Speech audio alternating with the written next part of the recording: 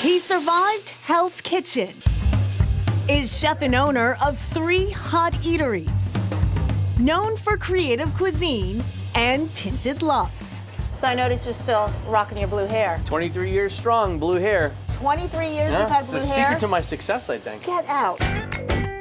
And now, Jason Santos is a cookbook author. To be an author is pretty exciting. Really am very passionate about this restaurant. I want to expand this brand, and I thought it was the right time to get these recipes into people's hands. Recipes straight off the menu at Buttermilk and Bourbon, Santos's New Orleans-inspired restaurant. I think the greatest thing about this book is that it's very simple recipes. We're not splitting the atom in the kitchen. We just take things that are simple and we elevate them to be better than good.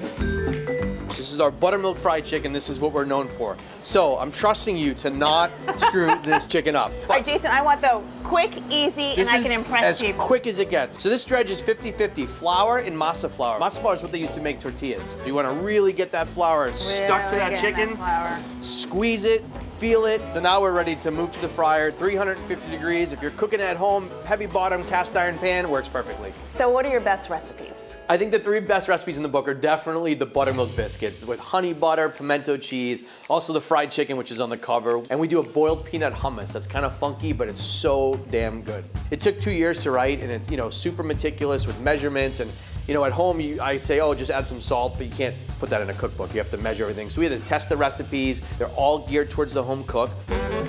Now this is one of our signature sauces. White barbecue sauce, mayonnaise base, horseradish, whole grain mustard, Worcestershire. More? I think that's good. All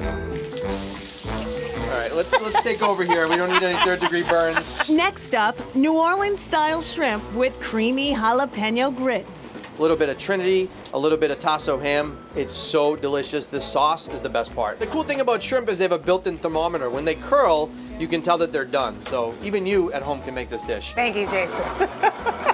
Hopefully. These are all the recipes 100%. You make this in the book, you've eaten what we have here at the restaurant. Cheers. The Bourbon Street vibe is not complete without a beverage. There's a chapter for that too, as well as salads, sweets, and sauces. This is the first time, actually, in my entire life that I've ever made fried chicken. I think I'm onto something. You might have a future.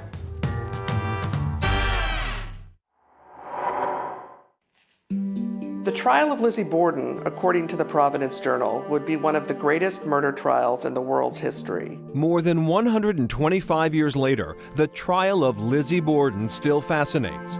Who so brutally killed Andrew and Abby Borden in 1892? Daughter Lizzie, the sole suspect, was acquitted, but the case inspired countless books, movies, even a ballet. So what more is there to say? There are a lot more primary sources available now. More recently, correspondence from Lizzie Borden in jail and also after the trial has come to light. In The Trial of Lizzie Borden, Cara Robertson completes what she began as her senior thesis at Harvard in 1990. I was particularly drawn to The Gilded Age because it's an age of such change and tumult. I thought, well, this is a fantastic story. It's got some of the fun of an unsolved mystery, because even if you don't think it's a whodunit, it's certainly a whydunit. One was able to get a nice picture of the period through the trial proceedings. And then I thought that was it. It was not. Robertson, now a legal scholar in international criminal law, devoted 20 years to further research. I decided there really ought to be a comprehensive book that stayed very close to the primary sources, stayed close to the facts, didn't indulge in a lot of speculation, and laid out the story from the very beginning through the trial and onto the curious cultural afterlife of the case. That afterlife continues today. The Borden House in Fall River is now a B&B, where Robertson herself was a guest. They lean very heavily into the paranormal side of things, but I can say I heard absolutely nothing. Nothing went bump in the night, so I don't know whether I should be disappointed or relieved. Could today's forensic technology have altered the outcome? Maybe. I think we still have trouble with the idea that someone who seemed pretty ordinary leading up to the murders and then lived a completely ordinary life after the murders could have acted with such brutality towards her father and stepmother. The trial of Lizzie Borden was a media spectacle. Her arrest turned a local homicide case into international front-page news. Robertson wants readers to follow the case chronologically and make up their own minds. questions. I fall back on the notion that it's hard to imagine that anyone else could have done it. So I think I'm comfortable with the idea that, we'll just never know.